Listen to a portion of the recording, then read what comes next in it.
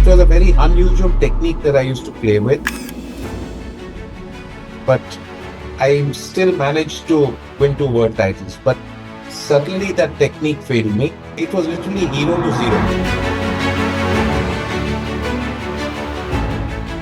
It just took 3 years and it was miserable for all the 3 years. When you're working for 16 hours a day, you don't have sleep, you're kind of going through a mental exhaustion. And then suddenly after 3 years, that technique came together, and in '92 I won my world professional title. I was sitting on the side, all this finished, I had a good meal, and he kind of looked up at me and said, "Beta, mera juta polish kar de." I look back now, and the juta polish kar de was his way of getting me, even Back to while I earth. was a 15-year-old, to say that, "ठीक है, excellent that you won, but we have shoes to polish." Do sportsmen, looking at it as a career, do they have work-life balance at all? Don't know whether they do. If they do, they won't be great sports people. Excellence is a function of imbalance. Balance will make you professionally mediocre. In love. I was in love with the sport. I was in love with the game. And what never made me complacent was the fact that I never set a goal for myself. I think numbers and goals are self-limiting.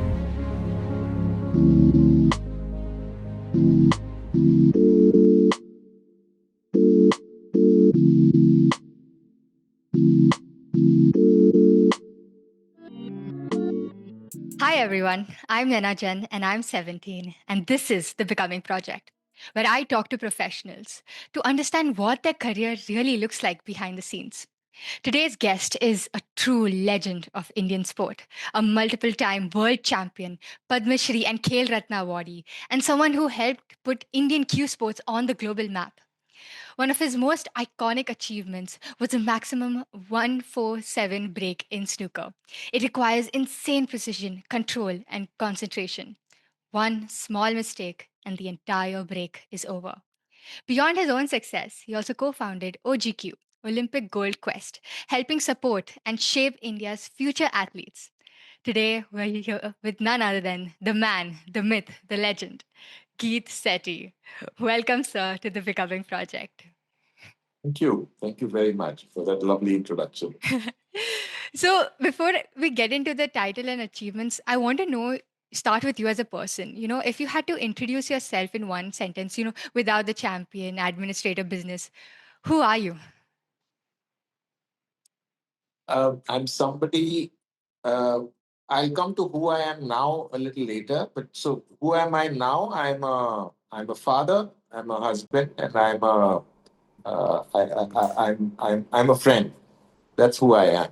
Uh, but to come, if I go back 10, 15 years earlier, so from the age of 13 till the age of 53 or 55, I was somebody who was very, very passionate or obsessed with understanding the behavior of three inanimate spheres on a 12 by 6 table. That's who I was.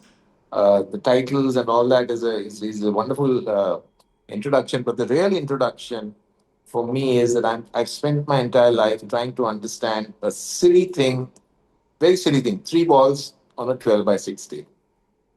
Wonderful. And what I love asking is the present and not the past. What does a regular day right now look for you? A regular day is, morning, little exercise in the morning, and spending time having a coffee with my wife, uh, discussing, spending half an hour, 1 hour with my wife doing the Wordle puzzle, and reading the news. And then I head out. I go to office and spend 1 hour in my office, and then I head out and spend 1.5 hour for lunch with my friend, a very old friend. So my mother passed away. His mother passed away, and he's a bachelor. So I just do lunch with him every day, and then that's it. I come back. I go for maybe play billiards for half an hour, and then I go back home at about 4:30, and again just walk. I walk a lot, and I don't watch much TV, but I read a lot. Wow. So, like, Like a lot more relaxed than how your life used to be 10 years ago. You know, Absolutely. Q sports is like such a niche world for most people. Very few kids actually grow up thinking, I want to be a billiards player. How did you first get into billiards and snooker? Like, what was your first exposure? What pulled you in? So I was always into sport when I was in school, and as a 13 or 14-year-old, I used to be a swimmer. I used to play basketball. I used to play cricket like every Indian kid. I used to play table tennis. I used to play every sport. And at 14, 13, I was 13 and a half when I found the billiard table. More importantly, I was allowed to actually go and play on the billiard table.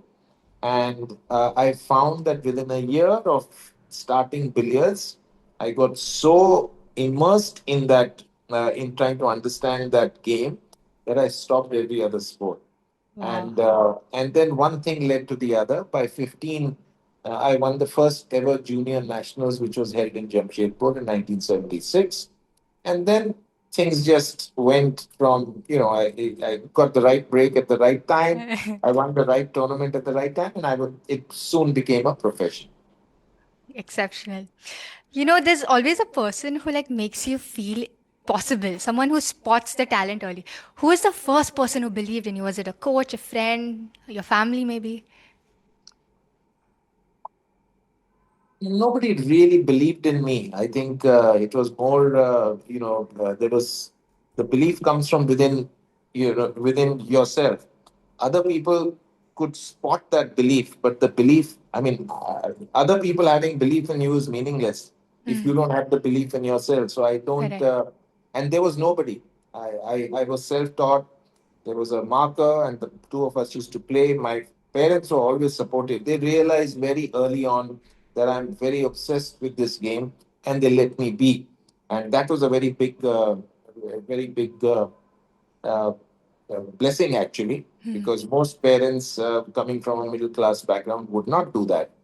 But there was nobody who really, I mean, and even if there were, they were different times. So I Yes. always believe that the self belief has to be inward. You have to have self belief, and then I think the world will have belief in you. In your story, there was like a phase where you put in extreme hours, 18-hour days, and missing normal life like weddings, birthdays, everything. People romanticize that kind of obsession as passion, but what is the reality of that obsession actually like mentally, physically, emotionally? And for the youngsters listening, like what's the part that no one warns you about? So that story actually goes back to after I had won two world titles. So my first world title in 85, the second world title was in 1987. And then in 1989, I made that 147 break in snooker in the nationals. And after that, my game plummeted. My game went down. Mm. So after 14 years of playing, my game suddenly dropped. And it dropped because I was not technically a very good player.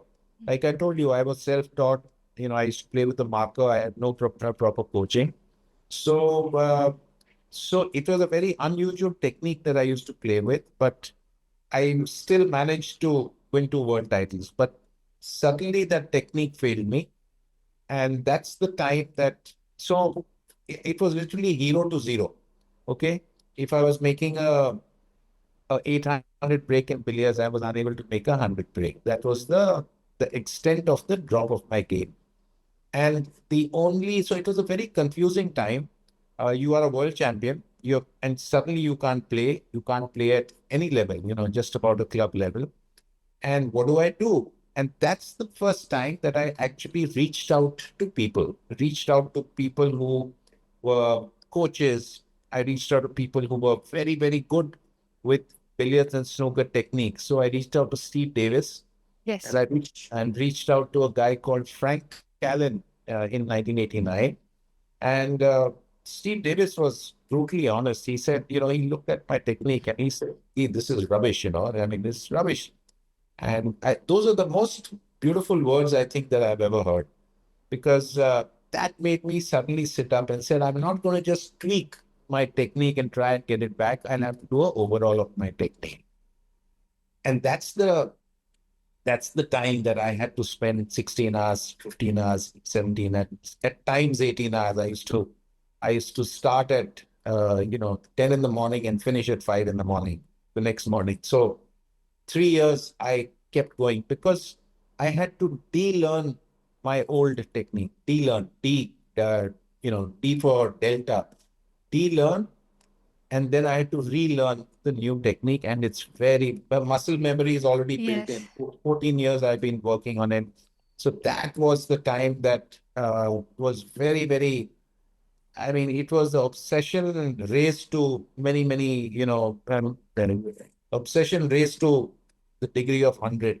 Um, and it, it, it never it just took 3 years, and it was miserable for all the 3 years. And then suddenly after 3 years, the technique came together. And in 92, I won my world professional title. So Wow. 89 to 92, there was nothing. And and it was a very, very frustrating time because I couldn't play. I was struggling. I was confused. I was, when you're working for 16 hours a day, you don't have sleep. You're kind of going through a mental exhaustion.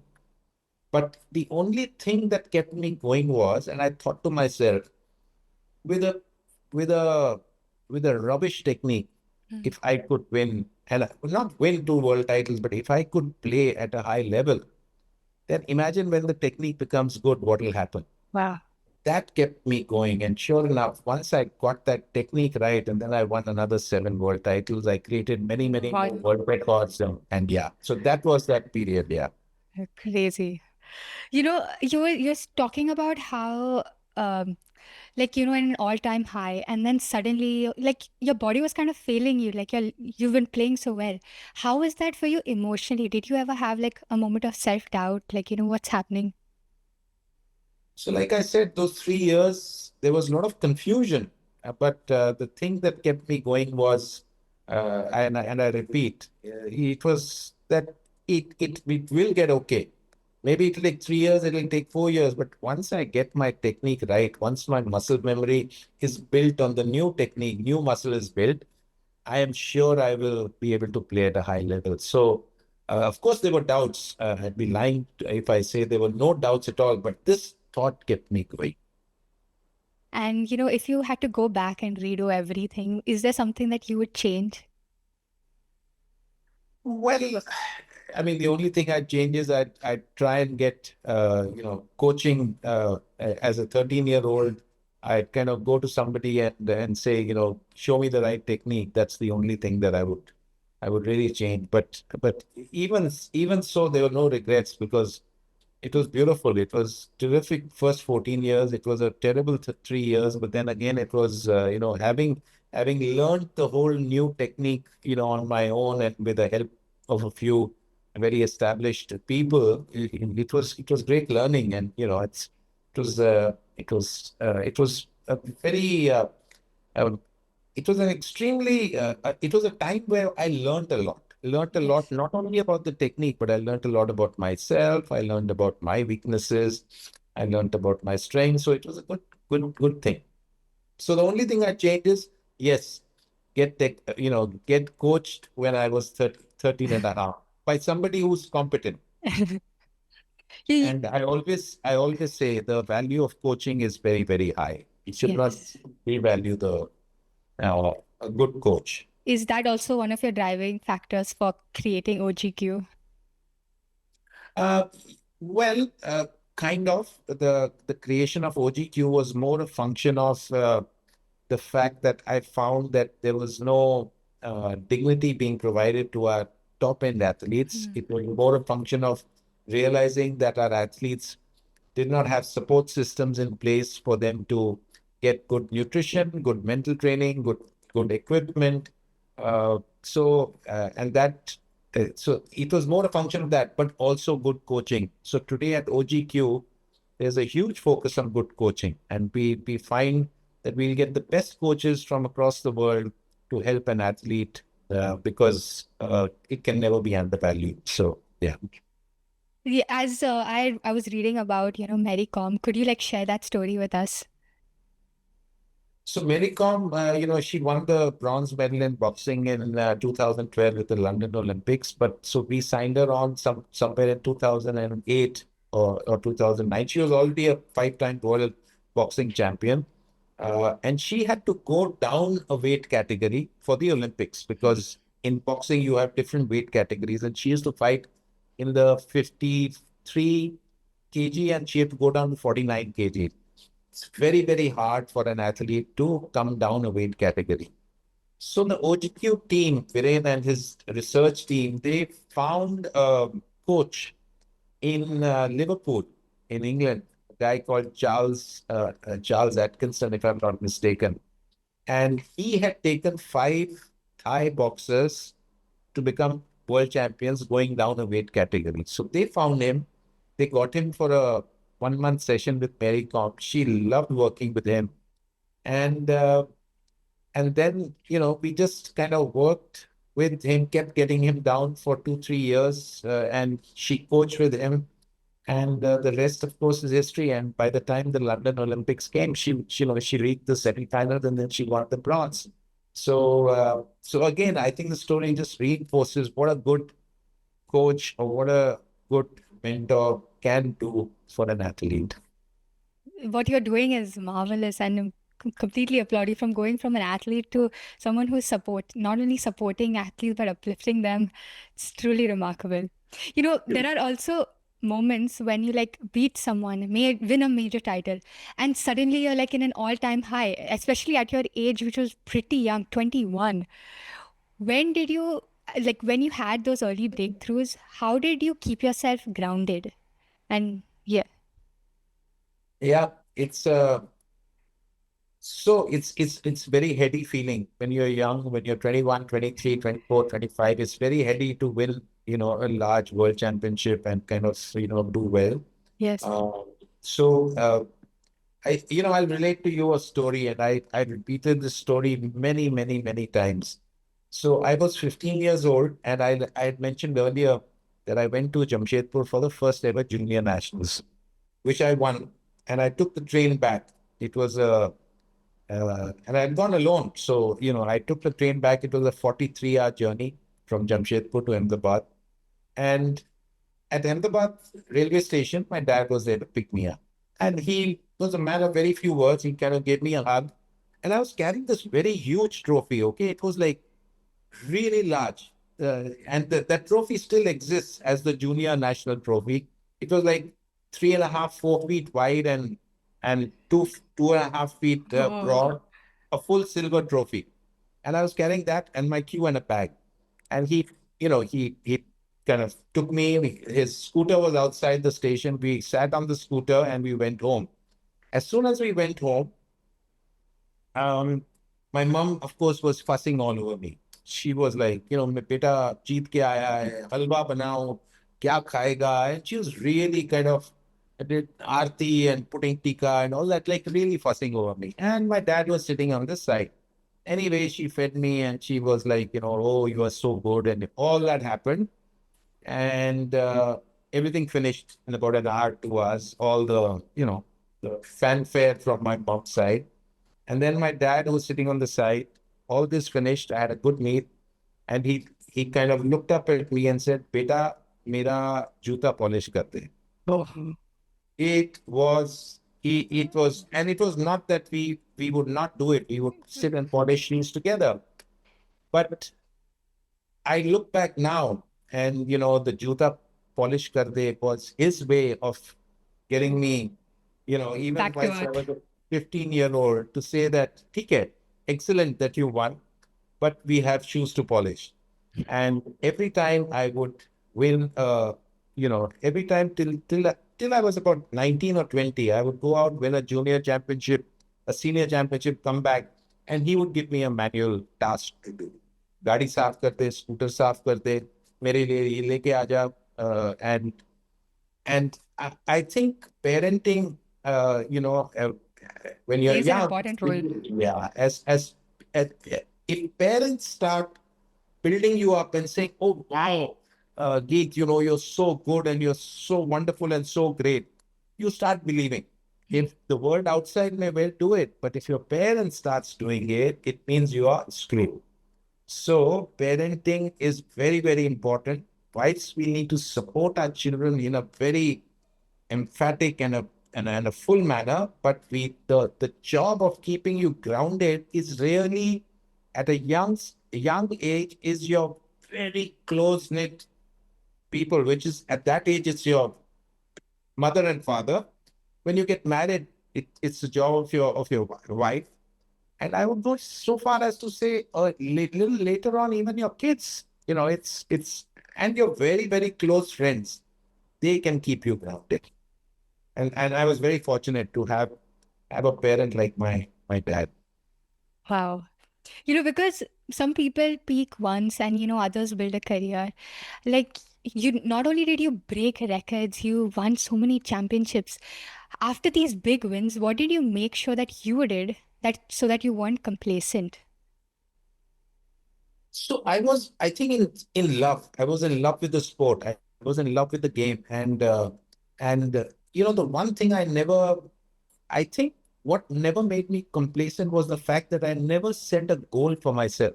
I never said मुझे world championship जीतनी है. Because when I was 20 or when I was 17, if I had set a goal to say, I want to win one world championship, the minute you win one world championship, It's you over. achieve what you had got out. So I never ever said, and I never put a number. I think numbers and goals are self-limiting. Hmm. How would I have felt as a 16-year-old if somebody had said, what is your wildest dream? I would have said, I hope I win two world titles, right? But I never Yes. said that. So I think the fact that I love the game so much, the fact that I never put numbers, I never put targets for myself, and so I just, my whole job and my whole pursuit was that of understanding the game, understanding the sport, understanding the behavior of those balls, and understanding myself. And that just kept lifting me and raising my standards, I would say for the first 20 years, till I was about 40 or so. Wow. I also want to go on the other side of the highlight reel. What was like your weakest moment mentally or emotionally in your career? And what did that moment teach you?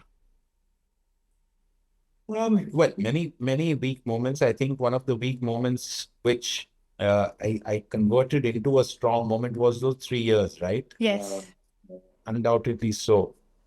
So that was definitely uh, a time which was, it was a low. It was a low, in the game wise, my standard wise, it was as a professional sportsman, if you don't earn, it was a low even financially. Mm. It affects you emotionally, it affects you mentally. So that was, I think those 3 years was really the low point in a career which spanned about 40 years or so. Like sometimes failure doesn't just teach technique, it like sometimes changes identity. Was there a failure that, changed you as a person and not just as an athlete with skills? Uh, I don't know. I can't identify a single moment where I say, oh, suddenly I changed after that. No. Uh, Perhaps, the day I became a father was something that I think when you become a parent, it does something to you. Mm. It does something to your very deep inside. It does something to you. It suddenly gives you a kind of an emotion which is very, very powerful. Emotion of being a parent. That love of being a father or a mother, I think is something awesome. So perhaps uh, that would have done something, and I think it would have changed my identity to some extent. I'm sure it would have, as it does for everybody else. Well put. Billiards is also such a concentration sport. Like, one tiny lapse and it shows. And it's almost like meditation under pressure. How did you like sharpen your concentration over time? Because, I've seen some of your interviews, you've spoken about how, if you indulge in a thought, it's really hard to go back to it. And your mind has a mind of its own. Any mental routines, any training methods or habits that really changed your game?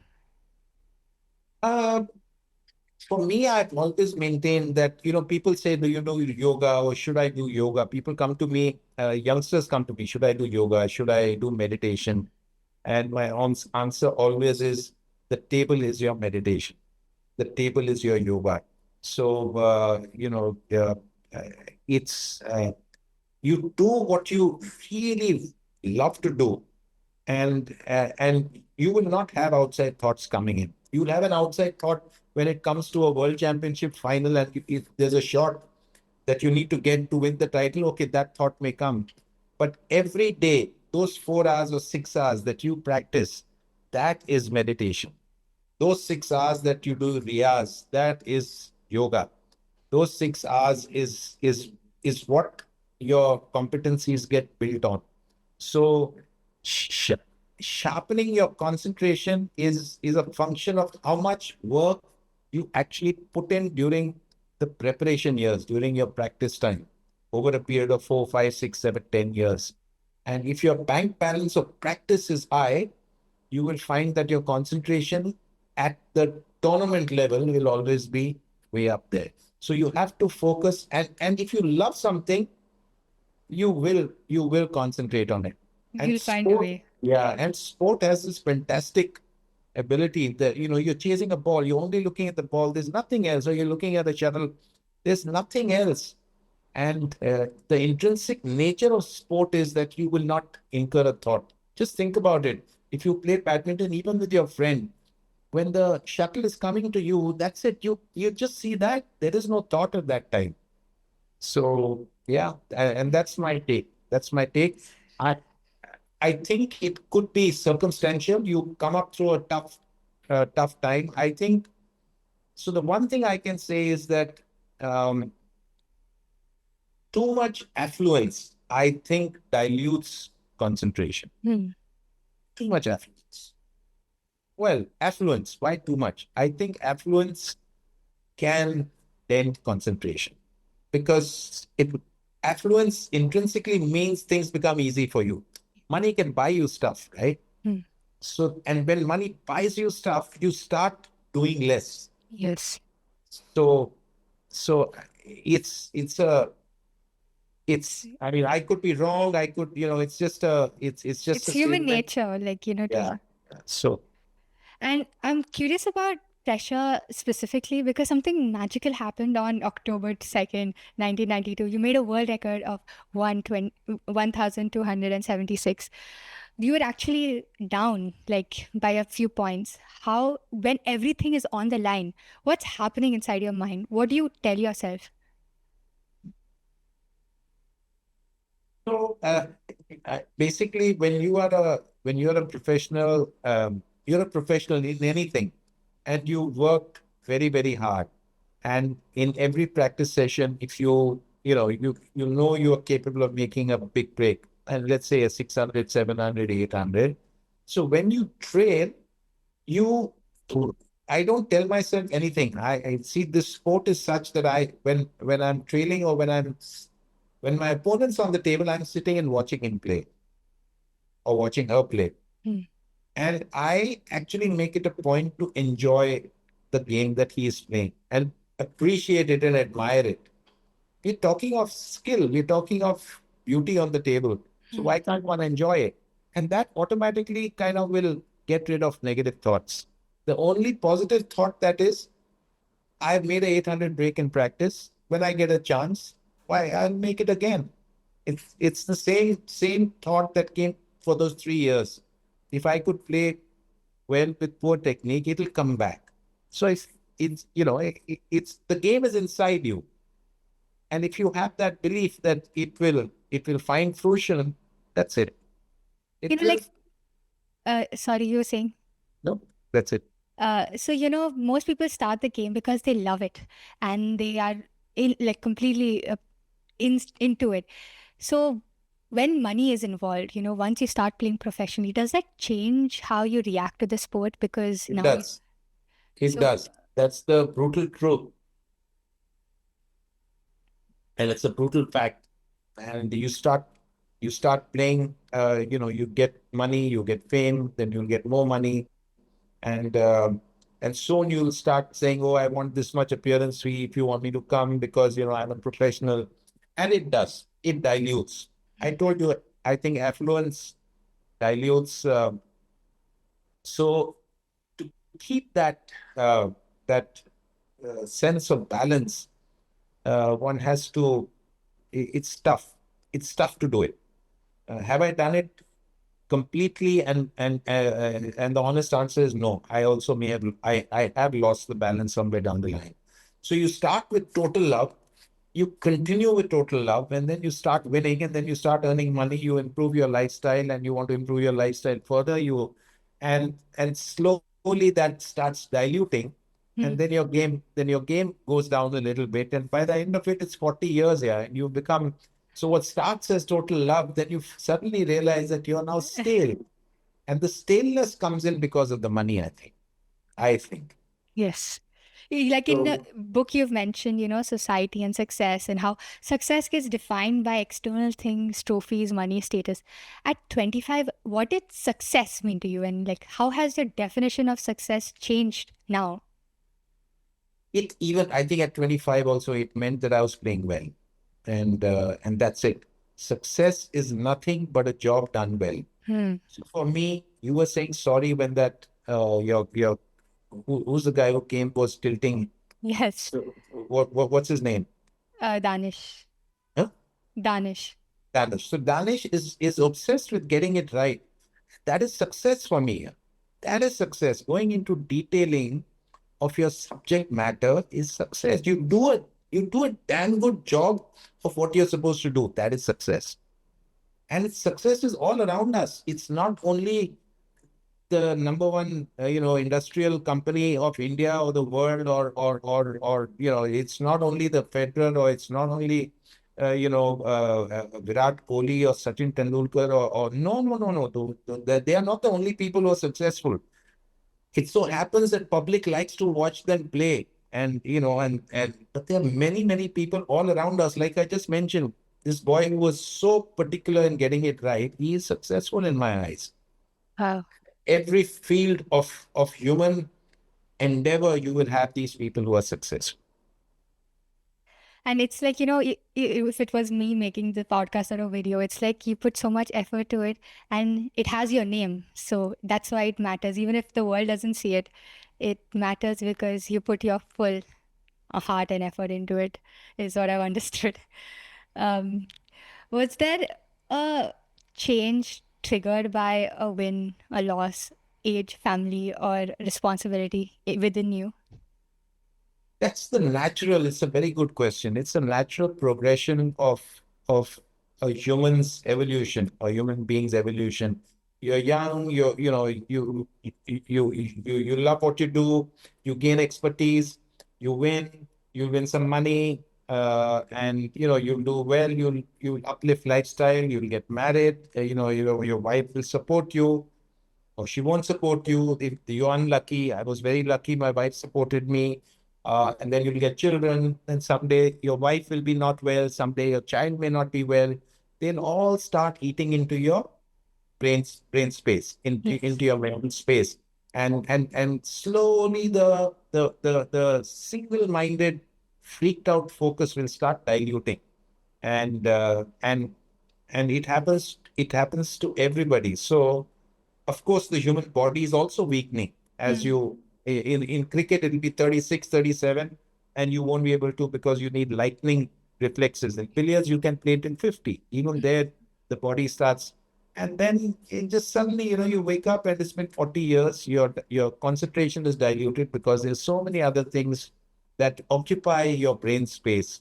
It could be, like I said, upliftment of lifestyle. It could be that my child was not well, and or my wife was not well, or my mother was not well, or my father was not well. All these things will start playing into the thing, and that will start denting your focus and concentration. Oh, yes. I also kind of want to zoom out. In India, the way athletes are treated socially, institutionally, even politically has changed over the decades. How has the treatment of athletes changed from when you started now and respect to media, money, infrastructure? What's better and what's still missing? Well, infrastructure, there's a lot of money that's come into the sport, and that's a good thing. Money for training, money for coaching, money for nutrition, money for mental training, mental for infrastructure. So all those things have come in, and it's really aided Indian sport. Uh, the public adulation, I find, is lopsided in India. Mm, Uh, it's hugely lopsided, and that kind of uh, and that is, it's not the athlete's fault. It's just the way we are culturally, perhaps. So there's no, I mean, but it is lopsided. And that kind of adulation, I think it messes an athlete up. you It like must, it treating must, an yeah. athlete not as just a person, but like a god of some sort. That. Yeah, I got these statements. Oh, you're my God, and oh my God, and and it happens more in cricket, and so when somebody wins multiple maybe Olympic medals and stuff. But that's not. You're just hurting the athlete, because the athlete is young. The athlete will go to his head or her head, and athlete will slowly uh, the dilution of focus will start because of all of that. So it is lopsided, but it is what it is. And you can't change the behavior of 1.4 billion people. So there's no way you can change that behavior. It's a cultural thing. Maybe we've been Mm, starved of sporting success. So we cling on to, whatever little success in sport we get, we cling on to it. So that's okay. But yeah, it's lopsided. But other than that, I think we are doing well. As a nation, we are doing well. yes. There's a lot of political will. There's a lot of money being spent. Large corporates are coming in, putting in a lot of money. We have foundations like OGQ, like the one which Prakash and I started, which, are continuing to do good work. Yes. So it's all good. It's all good. I want to know how OGQ started, with Prakash Padukone sir and Vishwanathan sir. How did it all come about? So I got this idea when I first went I went to Bangkok in 1998 to play the Asian Games. So billiards got included for the first time, and I went with the whole contingent, Indian contingent, and we won India's first gold doubles medal along with Ashok Chandelier. But at that trip, it was the first time that I was exposed to Indian Olympic sport. And I found, and I think I briefly mentioned it earlier, I found it was not being handled well. Mm, Athletes they were not given dignity. If they're not given dignity, they're definitely not going to be given uh, support of, money to buy good shoes, to buy good equipment, to buy, and to have good coaching. So I found there was a very big gap there with what an athlete needed and what really the athlete was getting, both from government, from federations, from the whole ecosystem. And I was there 2 years later. I was there at the Sydney Olympics. I was part of a dinner which was hosted by the sponsors, and I was there as part of that. And I again saw the despair mm. in the athletes' eyes. So, and when on the flight back from Sydney, then I said, "No, can I do something about this?" And I got this idea of starting the foundation. So I landed and went to meet Prakash, and he said, "Yeah, let's do it." And both of us, we set up the foundation in 2001. But finally we got our first funding only in 2006 or 2000, yeah, 2006. And our first athlete we onboarded, that was Gagan Narang, in 2007. So it was a long process from getting to It's that. a, oh, yeah, yeah. I mean, just from setting up to getting my first rupee was 6 years, yeah. That Yeah, but I takes, kept at it. I kept at it, yeah. yes. There's always a time, the learning for me is there's a time and a place when things will happen. And, you'll meet the right person at the right place at the right time, and everything will click, and the guy will open his checkbook and give you a check. And that's what happened. I was watching an interview and a member from OGQ pointed out that, OGQ is supporting hundreds of athletes, very few from big 400 and cities. 450 odd, yeah. Yes, so very few from big cities, and most of them actually come from small towns and villages where the hunger and resilience is different. What do you think that the city kids are lacking, maybe missing? Affluence, they're not lacking. they have something called affluence. If you're affluent, if you're very, very, if you have all the means, you mentioned the word hunger. The hunger comes from having a hard life. It Hmm. comes from walking 10 kilometers just to get a bucket of water. Hmm. It comes from carrying firewood, across to, again, 10 kilometers carrying firewood so that your mother can cook. So that is hardship and that is hunger. So that hunger comes from there. The large cities, unfortunately, have the opposite of hunger. They have too much. But would you also think of like, sports as a profession is also pretty uncertain. You don't know how it's going to go. So wouldn't like children also opt for education because it's more stable and it's more conventional? It is, in fact, you're absolutely right. Sport is the riskiest profession.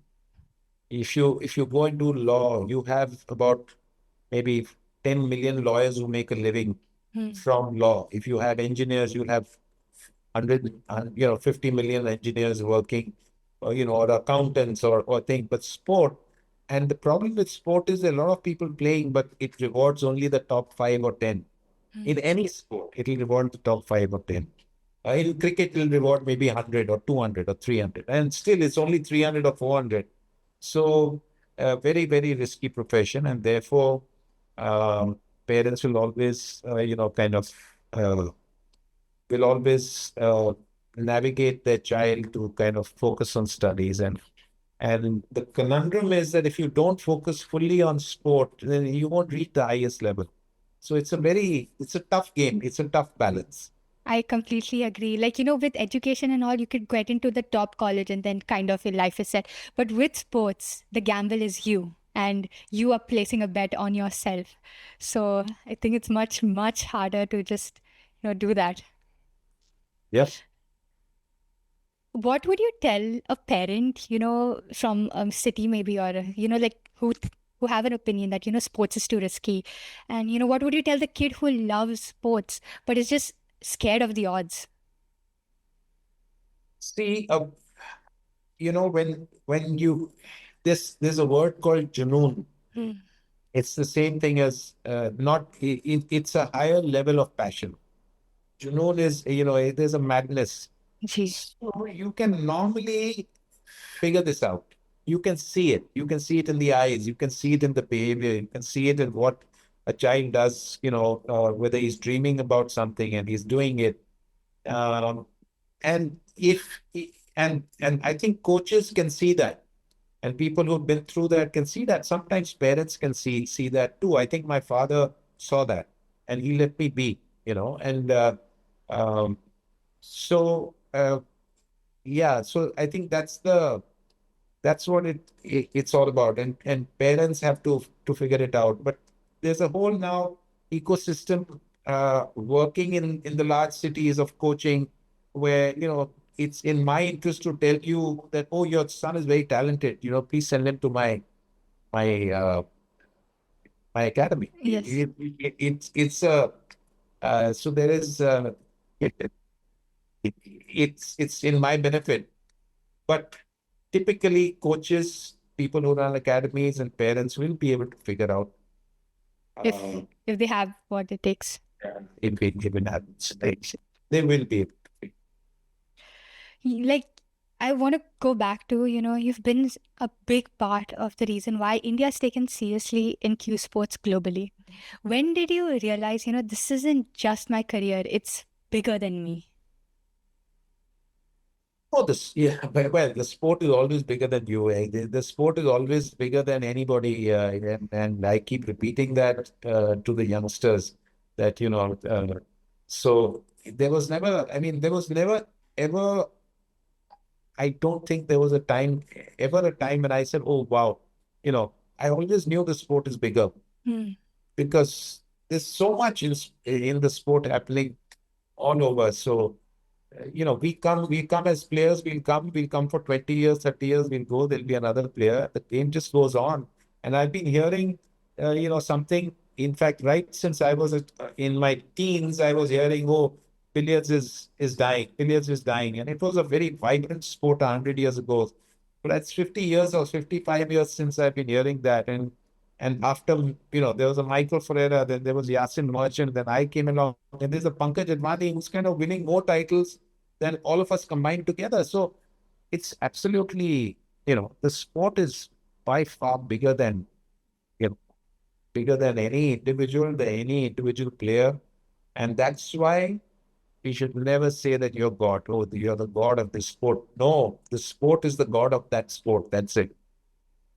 There is no player who identifies or can ever take the place of that sport. We are all players. We You are know, all we have like a lot of athletes that are doing so well with which what you said, Pankaj Advani sir. And you know, OGQ is also a huge part of that story. This idea that talent isn't enough and you need a world-class system, support ecosystem. How was OGQ born and what problem was it trying to solve at that start? like I said, it took me 6 years to get my first funding. So Yes. that itself, I mean, it was born. Whilst it was born, it started walking Yes. at 6 years instead of 1 year. Yes. So yeah, that was the first part. Um, no, and we kind of we for the first 1 2 years after getting our first funding, we were just we had this brilliant idea, but nothing that just getting an idea is not good enough. You need somebody to implement the idea. And then it was only when Viren Raskina came in as the CEO that he then, he kind of implemented what that idea meant, and then took the idea to a much larger. The idea itself, he kind of, and along with the whole board, expanded. So it was then a slow process, and then over a period of about 8 10 years, we got a beautiful board, 15 member board from from corporate industrialists to people who had built companies, from startups to people from the finance world, uh, to sports people, Vishwanath Anand, and yeah, so it was a lovely journey, and it's slowly, and its time came, and its time has come, and it's beautiful. So it's a lovely organization doing great work, and yeah, very happy with that. That's so good to hear. You know, one of the reasons why I like started the Becoming Project is to understand what success looks like behind the scenes, not just for athletes, but for people building something from scratch. Your daughter, she started Dire Besties, which was like, what was it like watching the journey up close? You know, did it change the way you think about ambition or success? Because she changed some, like one of her weaknesses, you could say, into her biggest strength. So yeah, did it change something This changed something in who? in you? In like how you. Oh, I mean, I'm just incredibly, proud of her, and she's done fantastic, and she's hardworking. She's joyful. She found that her condition was a very solitary condition. Hmm. Solitary, as in there was nobody in the first 10 years that she ever interacted with who was another type 1 diabetic, and that kind of it. So she keeps saying it's a very lonely disease, Hmm. and she said, what can I do to? So she went actually to her doctor, her endocrinologist, and took numbers of all the type 1 diabetics, called them up, and said, let's meet for a coffee. We're all type 1 diabetic. Let's catch up and let's talk. And that's how the whole idea of diabetes took shape. So beautiful, brilliant mind, brilliant. A lot of hard work, and most importantly, a great empathy for for people who, I mean, she's very fortunate that she can handle all this. She has the best medical devices, treating her type 1 diabetes, but so she's actually providing insulin to below poverty line children to kind of get their health up. So a lot of empathy too. So it starts with empathy actually. Any creation of any institution starts with empathy. If you are empathetic, you will go out and do something. And she's done it remarkably well. Very proud. It's truly amazing to hear a story as well. You know, a lot of people wonder what comes next for legends like yourself, not because they need more wins, but because people are just curious about what your next chapter might be. Do you ever think about, competing again or coming back more actively, mentoring maybe? So, what's the next chapter in your life that you're most excited about? No next chapter. I am very happy at what where I am. I'm wanting to kind of just slow down. I'm not a good mentor, so I'm not a good coach, and I'm not a good mentor. So, uh, And I insist that I'm not a good mentor. I'm talking of on the table. Uh, I don't but think the world agrees to that. yeah, like I said, on the table. But yeah, life is very, very good. There is no next chapter. I'm continuing to do. I think my next chapter is just spending a lot of time with family and reaching out to old and new friends, which Hmm. is something which I did not do consciously when I was playing at a very active level. I was consciously not reaching out to people, and now I'm doing the opposite. So anytime, any opportunity I get, I will go and meet up with old friends. So just now it's the next chapter. Okay, next chapter is family and friends and love and love. Loads of love for it and spreading love. Yeah. But like as you were talking about, there was a time when you didn't have time for these people.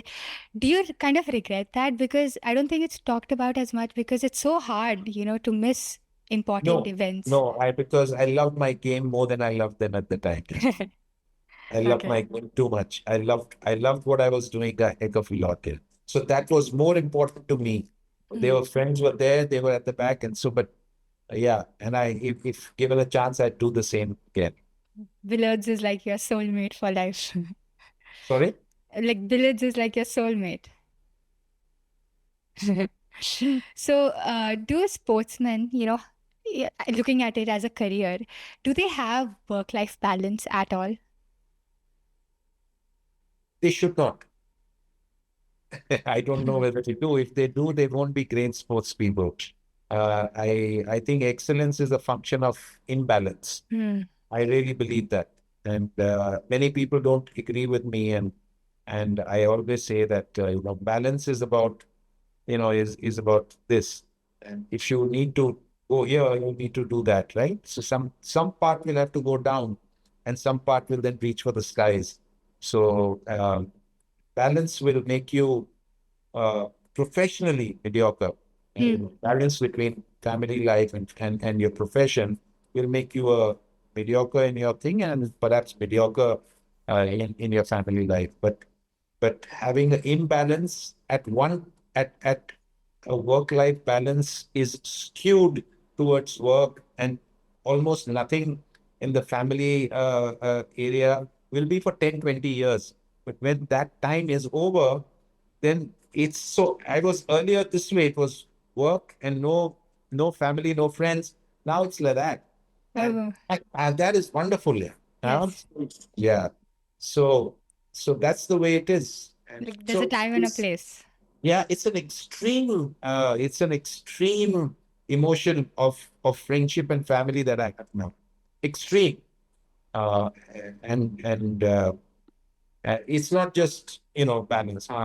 So I don't know whether I'm making myself clear, but that's how it is for me. Whether is that right? I don't know. That's what I chose. And I think every person has to choose that. Yes. But Like now you're complete.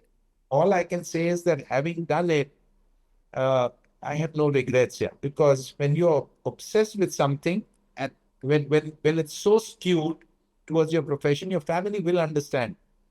And then the profession will last for 20 years or 25 years, and it'll be go, and then the skew is this way, and the family will love it. Or you will love it. Why only the family? You will love it. Yes. Going back to when you were in this really rigorous routine, how, what was your fitness and nutrition back then? Like, how did you keep yourself, not only because it is very draining, 18 hours, like, what did you do to keep yourself, mentally prepared for that? So see, when uh, this is not a sport. The sport that I played is not a sport that demands some huge muscular kind of, or it doesn't require a huge focus on your body and your muscles and your strength, if I may call it that. But however, to play anything, to do anything, why only play? To do anything at a very high level, you need basic fitness. Yes. And yeah, so I think one A, genetically I was blessed. Blessed that I could eat anything and nothing would happen to me. Despite that, I was very careful with food. Mm. I've always been, yeah. So I'm careful with food. When I was playing and when I was on the tour, I made it a point never to drink in a party and never to eat food in a party. So yeah, and if I have to eat food in a party, it will be dal chawal. There'll be a spread of 500 things, and I'll have dal chawal. And I would not drink. I would drink, but I would drink, maybe sit with a friend or somewhere and have, if at all, I would have one drink. That's it. So I my sport, of course, when you're 4, 5, 6 hours on the table and you're anyway, those 6 hours that you're playing on the table, it's exercise. So when you're playing, it's you're bending down about, I don't know, maybe Yes. 2,000 times in a 4-hour game. Now that itself is exercise. It is exercise for your back, it's exercise for your arm, it's exercise for your eyes, it's exercise. So you just do what you have to. So I never went out and did jogging or running, not in the first 20 years. Excuse me. Later on, as I became 40, I realized that I needed more stamina and then I started jogging and stuff like that. But I think you need to just be involved, and especially if you are in an activity which anyway is there is some amount of physical movement, you're good, you're good. But for sports like badminton and cricket and tennis, you need to have That. every muscle in your body needs to be of a particular, and there you need to kind of control your diet very strictly. You have to work out, you have to do gymming and stuff like that. Uh, I did not have to do that. And like I said, partly genetically, I think genetically blessed. That's the first blessing always. When somebody asks me, how come, it's genetics. That's the first. Then it is your own control. I won't have sugar or I won't have, that's your own control. But the first is genetics here. You can't run away from genetics or genetics. Yeah. Yes. So I had a question which was about the sports itself. Is there any technological advancements that are happening right now that you adore? You mean in billiards and snooker? Yes. In billiards and snooker? Well, I mean, the cloth is becoming finer, the balls are becoming more responsive. I think the cues remain the same. So not really anything great, Mm. but I think the advancement is more from a media perspective of how to package the sport and how to show it to the public at large. That's where the advancement is really coming in. But other than that, maybe a little technology is being used for coaching now, where you can have cameras from all angles to kind of tell you, what is right or what is wrong with you. So, but those are everywhere in every sport, in every field of human endeavor, I think. I always end with this, because that's the heart of why I'm doing this at 17. What does becoming mean to you personally and professionally? What does becoming? Mean to you? What does becoming mean to me? Yes, like what are you still becoming? Oh, I mean, I don't know. Sometimes I don't know, but I think if you, yeah, I mean, it's a question which one needs to think. What am I becoming? I think I'm becoming more emotional. I'm becoming, I cry very easily now, and Mm. that's a result of being very hard in the first 40 years of not being too emotional, not being with friends. So I think what I am becoming is more emotional and yeah, and perhaps more aware. That's what I'm becoming. If you had like a message for your younger self, say suppose before you started billiards, what would you say to him? before I started billiards, I just go and play every sport. That's what I was doing. I loved sport. Just go out there and play. No, but like, before you knew that you were gonna make it so big, like you made it's crazy. Back then he must have not known, obviously. What would you tell him? I mean, it's a very hypothetical. I don't know. When one is young, today, what I would tell myself at when I was 12, uh, just do your thing, something like that. And I would say something like that. It was a pleasure talking to you. I'm honored, and I've learned so much about you and about myself as well while talking to you. And I really thank you for your time. And yeah, Thank you, Naina. All the best. Wonderful. Very nice talking to you.